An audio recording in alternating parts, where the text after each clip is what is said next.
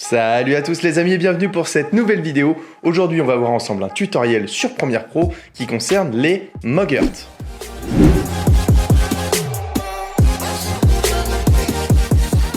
Mogurts, M-O-G-R-T. Alors rien à voir avec des petites créatures de science-fiction. Oh mon dieu, des Mogurts!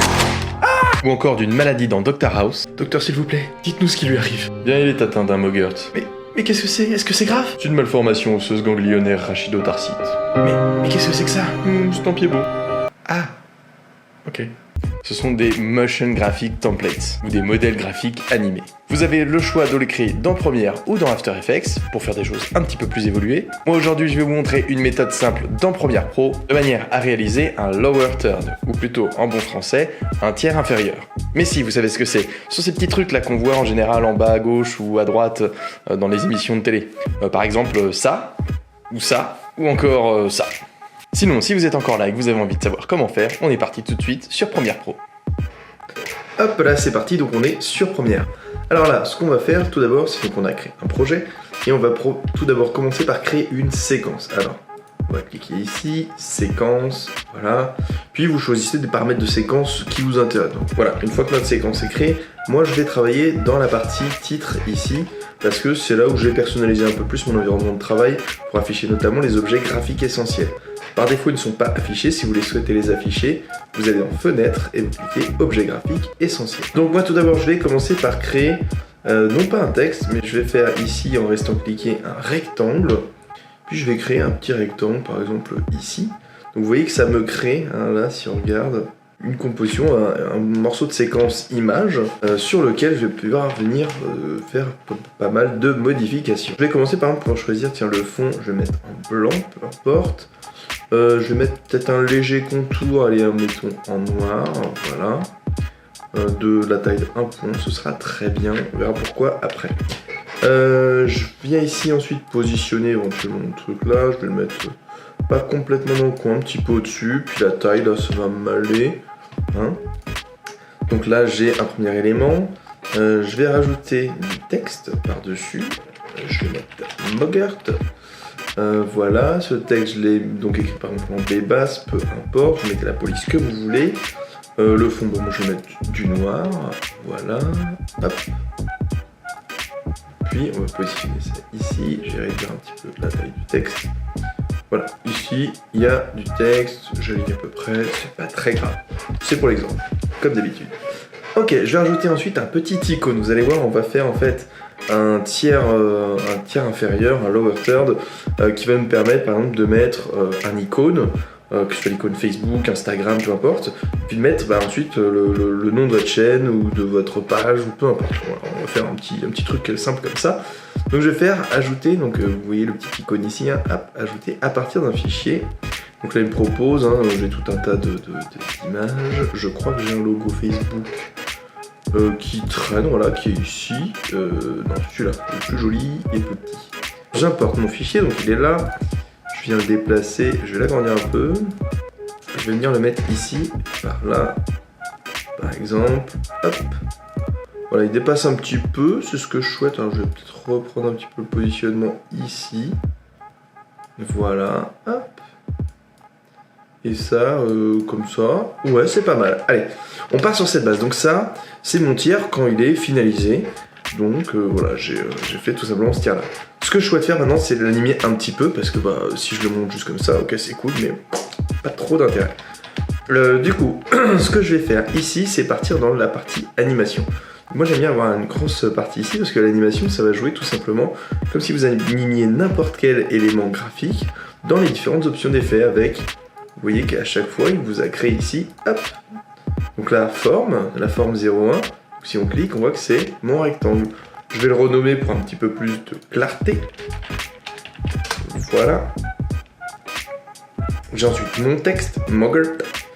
Et puis j'ai mon Facebook Square, donc c'est mon image. Vous remarquerez, alors attendez, je vais vous montrer ici tout de suite quelque chose. Si vous n'avez pas fait dans le même ordre que moi, en fonction de ce que vous créerez, l'ordre des éléments ont leur importance. C'est-à-dire que si je passe mon élément au-dessus de ma forme par exemple en dessous ici. Vous voyez que là, par exemple, mon texte, hop, on ne le voit plus. Donc si vous n'affichez pas votre texte, ne vous posez pas la question, c'est probablement que vous avez une problématique comme ça. Ce qui est ici est le plus en dessous, et ce qui est plus on descend, plus c'est au-dessus. En réalité, par rapport au positionnement de vos différents éléments les uns sur les autres. Bref, petite parenthèse fermée. Donc ce qu'on va faire tout de suite, le rectangle, donc là on est dans notre position finale. Le rectangle, on va faire quoi? On va le faire apparaître depuis le côté, ce que je vous propose. Donc, on va se dire que j'appuie sur Shift et puis flèche de droite pour sauter 5 images d'un coup. Vous pouvez le mettre exactement où vous voulez, hein, peu importe. Voilà, moi je vais le mettre à l'image numéro 10, voilà, pour aller assez rapidement. Puis je vais mettre une image clé ici au niveau de la position. Je vais ensuite revenir à l'initiale, et puis en termes de position, je vais... Alors l'IP c'est l'autre, voilà. Je vais venir ici de manière à ce que ce soit complètement hors champ. Si je regarde ce que j'ai fait, voilà, tout bêtement, ça arrive, ça apparaît gentiment. Ça c'est relativement pas génial comme mouvement, donc moi ce que je vais faire c'est que je vais faire un Bézier, rien à voir avec Monsieur Ménard. Donc ici vous cliquez sur l'apparition et puis voilà, ça vous donne la linéarité, je dirais, de la vitesse au niveau du mouvement que vous avez créé. Moi j'ai envie de faire un mouvement qui va très vite et qui ralentit ensuite, donc je vais faire par exemple ça, voilà ici, et si on regarde, hop là, voilà. Un petit peu mieux quand même. Bon, donc là, ma petite barre est arrivée. Ce que je vais faire ensuite, c'est que je vais faire une animation au niveau de mon icône Facebook. Hop, donc, initialement, je souhaite qu'il arrive effectivement là. Donc on va laisser, par rapport à ici, passer, mettons, 5 images pour que ça aille assez rapidement quand même. Donc là, ce sera sa position finale. Donc je vais lui mettre position, une petite, hop, image clé. Image clé dans sa position finale, et puis là ce que je vais faire c'est que je vais le mettre complètement à l'autre bout, voilà, de l'image, et ce que je vais faire également c'est jouer sur l'opacité, c'est-à-dire qu'au début je vais mettre invisible et il va apparaître petit à petit au même moment que l'autre image clé. Voilà, je crée mon image ici 100% et au début donc 0. Si on regarde ce que ça donne, hop, voilà, il apparaît ensuite. Hop là. De la même manière, je vais faire un Bézier au niveau du mouvement. Vous pouvez faire des Béziers au dos, progressifs, dégressifs. Hein. Moi j'aime bien travailler plutôt avec le Bézier parce que ça me permet vraiment de faire un petit peu ce que je veux et d'avoir, je dirais, une courbe hop, qui me plaît ensuite. Donc voilà, hop, hop. C'est pas forcément assez rapide à mon goût, j'aimerais que ça aille plus vite en termes d'enchaînement, donc je vais quand même rapprocher un petit peu tout ça. Je vais faire quelque chose plutôt... On va essayer comme ça pour voir. Non, c'est pas assez rapide, je vais le mettre au milieu à peu près. Allez, on y croit. Ouais, voilà, par exemple, hein, ça ira bien pour ce que c'est. Tac, hop. Et ensuite, on va travailler du coup sur l'apparition du texte. Donc le texte, comment on va faire? Ce qu'on va faire, c'est qu'on va utiliser un masque. On va masquer le texte, on va faire arriver par le bas, je pense. Donc on va, hop, voilà.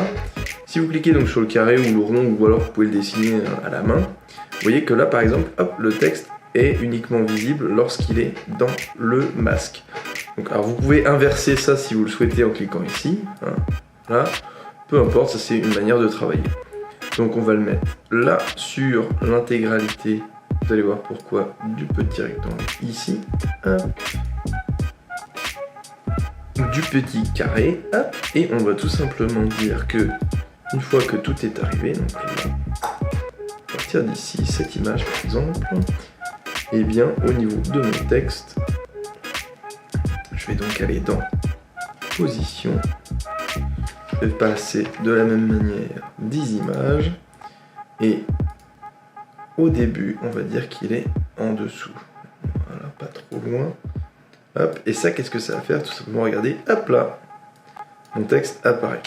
Alors, ce qu'on va faire, c'est que, bien évidemment, on va, comme d'habitude, travailler au niveau de la vitesse d'arrivée. On va faire un Bézier. Voilà, quelque chose comme ça. Hop. Voilà. Donc là, on a fait notre animation de départ, d'entrée. On va se mettre en intégrale pour voir quand même mieux. Hop là, voilà. Donc là, c'est quelque chose, ça va assez vite. Et là, vous pourrez mettre ensuite ce que vous voulez dessus. Donc là, on a créé une animation toute simple, toute bête, toute méchante. Maintenant, il faut la transformer en template pour pouvoir l'utiliser dans l'ensemble des différents lower thirds que vous allez avoir au niveau de vos objets graphiques essentiels. Donc ce qu'on va faire, c'est tout simplement un clic droit sur cette petite séquence-là, et vous allez faire exporter comme modèle d'animation graphique. Donc là, vous pouvez avertir s'il y a des polices, etc. qui ne sont pas disponibles, parce que l'idée c'est bien de pouvoir l'utiliser ailleurs, dans d'autres projets, etc. Donc si vous avez utilisé une police, par exemple j'ai utilisé Bébas, vous ne l'avez peut-être pas. Donc si je clique ici, ça avertira l'utilisateur qui essaiera d'utiliser ce template que la police n'est pas disponible et qu'il peut essayer de la chercher. Vous pouvez cocher ou pas cocher, ça c'est pas très grave. Vous l'insérez ensuite dans vos objets graphiques essentiels ou dans votre disque, donc là c'est vraiment pour l'enregistrer à un endroit bien précis. Ou alors si vous voulez le mettre directement dans votre répertoire dans Premiere. Moi par exemple je vais faire ça, on peut l'appeler comme on veut, donc moi je vais l'appeler Muggert. Voilà, je clique sur OK. Et à ce moment-là, ce qui se passe, je vais effacer ça. Je vais aller dans mes objets graphiques essentiels. Ici, je vais cliquer sur Parcourir. Et là, si on recherche ici, on va trouver quoi? Muggert. Je prends Muggert et hop, je le glisse ici.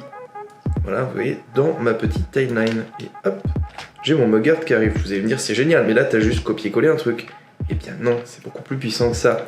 Je vais cliquer ici et vous voyez que là, je retrouve mes objets. Et bien là, je peux faire quoi? Je peux tout simplement mettre ma chaîne, ma page, etc., etc. Admettons, voilà, ici, je peux même, si je le souhaite, changer la police, par exemple, du roboto, peu importe, allez hop, c'est vendu, et à ce moment-là, tchouk, tchouk, tchouk, voilà. Donc là, j'ai fait une animation d'entrée, je vous laisse libre de faire une animation de fin, éventuellement, si vous le souhaitez, et vous pouvez sauvegarder comme ça tous vos templates, donc ça peut être un lower third, ça peut être un jingle, une intro, un chapitre, peu importe, c'est à vous de voir. Je vais arrêter là, vous avez compris le principe, je vous laisse libre d'utiliser tous les Muggerts que vous souhaitez.